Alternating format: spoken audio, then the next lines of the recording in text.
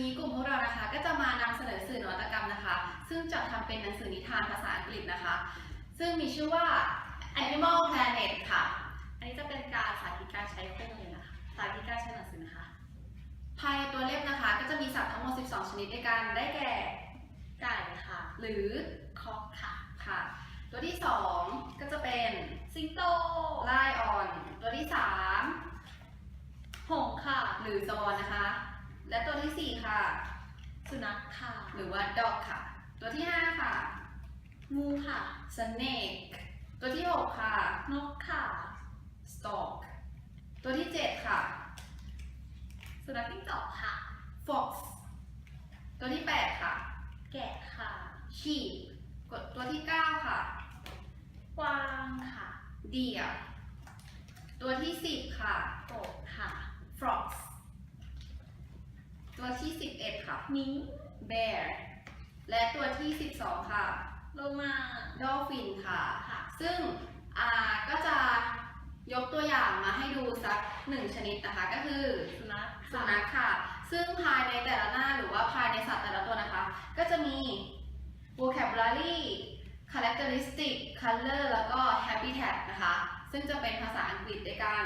อย่างเช่นตัวนี้ก็จะเป็นสุนัขใช่ไหมคะ characteristic ของสุนัขก็คือ friendly and intelligent ค่ะส่วน color ค่ะ color ก็เป็น white brown or black ค่ะและ habitat ค่ะ habitat ก็คือ house ค่ะซึ่ง vocabulary ตรงนี้นะคะก็จะมียกตัวอย่างเช่น stream ที่แปลว่าลำธารbeneath ซึ่งแปลว่าอยู่ด้านล่างและ bark ซึ่งแปลว่าเห่าซึ่งคำศัพท์ตรงนี้นะคะก็จะมาจากคลิปนิทานที่พวกเราได้จัดทำขึ้นซึ่งเป็น QR code ใช่ค่ะถือว่าเป็นการนำเทคโนโลยีมาใช้ในการพัฒนาการเด็กกับบูรณาการเด็กให้มีความน่าสนใจในการอ่านมากยิ่งขึ้นค่ะซึ่งคลิป2ตัวนี้นะคะเป็นนิทาน2ภาษาค่ะซึ่งหน้านี้จะเป็นภาพเป็นภาษาอังกฤษค่ะหน้านี้จะภาพเป็นภาษาไทยซึ่งคลิปเหล่านี้นะคะพวกเราเป็นคนตัดต่อแล้วก็พากย์เสียงเองทั้งหมดค่ะซึ่งอยากจะรู้แล้วใช่ไหมล่ะว่าคลิปนี้จะเป็นยังไงงั้นเราไปลองสแกนคลิปกันดูเลยค่ะแอปพลิเคชันที่ใช้สแกน QR code นะคะก็คือเป็นแอปพลิเคชันเบสิกเลยก็คือแอปพลิเคชัน LINE สามารถสแกนได้ค่ะโดยเข้าไปที่แอปพลิเคชัน LINE นะคะแล้วก็เลือกเพิ่มเพื่อนแล้วกด QR code ค่ะสักครู่นะเลือกเพิ่มเพื่อนแล้วกด QR code นะคะ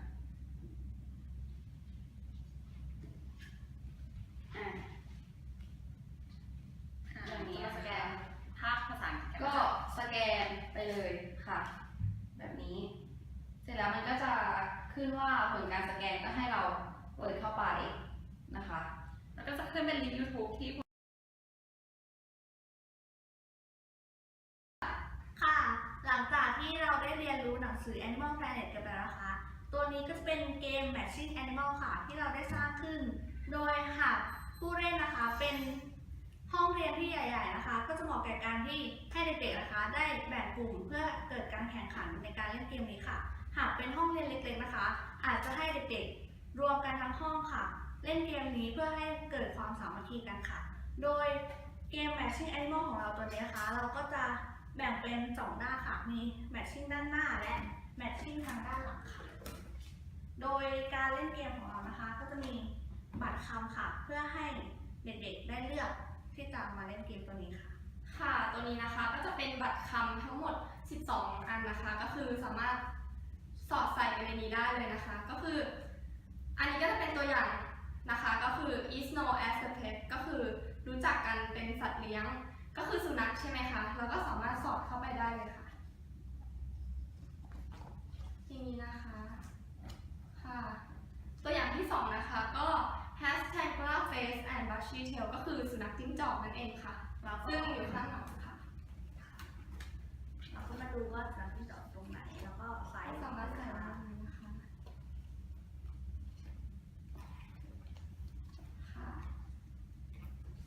ค่ะอันนี้นะคะก็จะเป็นตัวอย่างในการเล่นเกม Matching Animal ค่ะ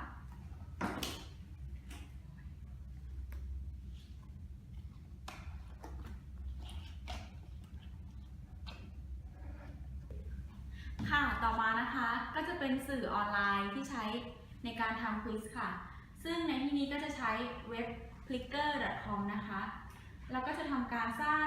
ควิสลงในไลบรารีค่ะ เป็น 20 ข้อแบบ 4 ตัวเลือกนะคะ แล้วก็เวลาจะเล่นเนี่ย ก็จะใช้แผ่นกระดาษแบบนี้สแกนผ่านโทรศัพท์มือถือโดยใช้แอปพลิเคชัน Flickr เหมือนกันค่ะ แล้วก็สามารถชมแบบ Live View ได้ค่ะ ซึ่งข้อดีของมันก็คือเพราะว่ามันใช้แผ่นกระดาษแบบนี้ใช่ไหมคะ มันก็จะสามารถเรียนได้ครั้งละหลายๆคน สูงสุดได้ถึง 63 คนค่ะ แล้วก็สามารถใช้ได้ในกรณีที่สมาร์ทโฟนหรือว่าคอมพิวเตอร์มีอยู่อย่างจำกัดนะคะ ค่ะสำหรับวิธีการใช้พิกเกอร์นะคะ ก็คืออย่างแรกเราต้องเข้าไปที่คลาสก่อนนะคะเราเลือกชื่อคลาสของเราก็คือ Animal Planet ค่ะ แล้วก็ต่อไปก็จะเป็นการเพิ่มชื่อนักเรียน ซึ่งการเพิ่มชื่อที่1นะคะก็จะตรงกับกระดาษคำตอบเลขที่1ค่ะอย่างในที่นี้นักเรียนคนที่1ของเราก็คือเชอรี่แล้วก็พิมพ์ชื่อเชอรี่นะคะ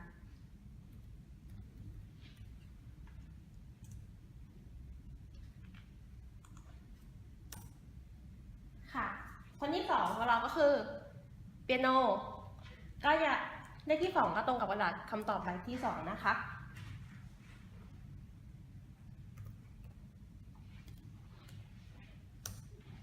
ค่ะก็จะเป็นอย่างนี้ไปเรื่อยๆจนจะกว่าจะครบตามจำนวนนักเรียนของเราค่ะ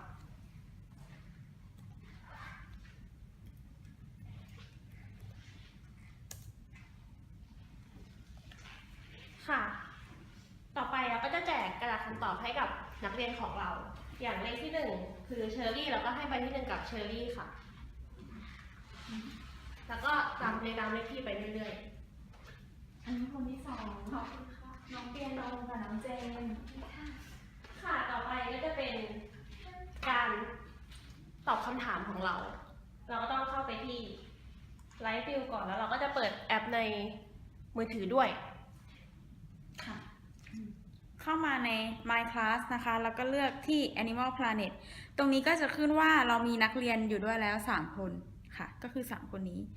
ก็กดเข้าไป การเลือกคำถามนั้นเราจะเลือกผ่านแอปพลิเคชันในโทรศัพท์มือถือนะคะ แต่ว่าจะสามารถชมแบบสดได้ก็คือดูในคอมพิวเตอร์ตรง Live View ค่ะ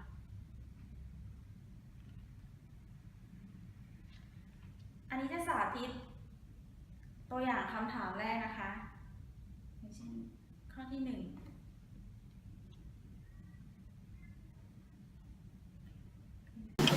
ข้อที่ 1 What is the characteristic of deers ข้อ A They have curly hair ข้อ B They are known as the pet ข้อ C They have a bushy tail และข้อ D They have long horns ถ้าต้องการจะตอบข้อ A เนี่ย ก็ต้องยกด้าน A เอาไว้ข้างบน ใช่ ก็คืออ่านคำถามในนี้ ถ้าอยากตอบข้อ A ก็คือยกด้าน A เอาไว้ข้างบน ข้อ B ก็ยกด้าน B เอาไว้ข้างบน ประมาณนี้ค่ะ ต่อมาการสแกนเราจะต้องสแกนคำตอบนะคะ ซึ่งคำตอบของเราเนี่ยจะไปปรากฏในคอมพิวเตอร์ว่า ใครตอบอะไร ว่าใครตอบอะไรบ้างค่ะ อันนี้จะสแกนเลยนะ น้องเชอรี่ตอบมาแล้ว น้องเปียโนก็ตอบมาแล้ว น้องเจนจิก็ได้ตอบมาแล้ว ค่ะสีฟ้านี่คือจะบอกว่าใครตอบคำถามแล้วบ้างนะคะ แต่ถ้าเกิดว่าเราอยากจะเช็คว่าคำตอบของใครถูกหรือผิดก็ให้เรากดตรงนี้ค่ะ review answer ค่ะ ซึ่งตอนนี้คนที่ตอบถูกก็มีแค่เชอรี่คนเดียว ตอบถูกจะเป็นสีเขียว ตอบผิดจะเป็นสีแดงค่ะ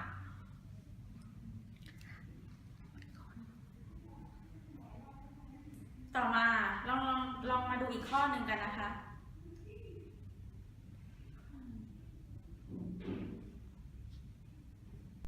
ข้อที่ 11 They have long powerful legs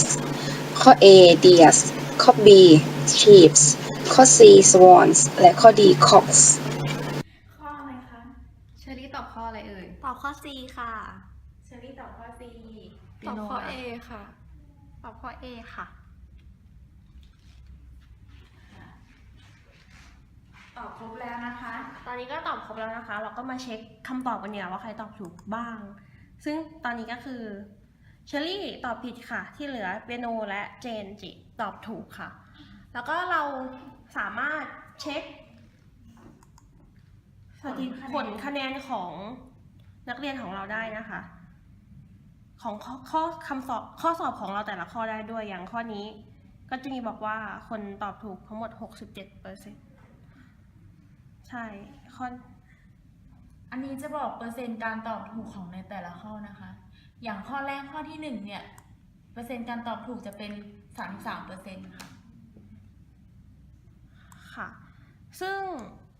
เว็บไซต์นี้นะคะก็หรือแอปพลิเคชันเนี้ยก็จะสามารถวัดความรู้ของนักเรียนของเราได้เป็นอย่างดีแล้วก็สามารถวัดความสามารถของครูผู้ออกข้อสอบได้ด้วยค่ะ และนี่ก็คือข้อมูลแล้วก็เกมทั้งหมดของ Animal Planet ของพวกเราค่ะ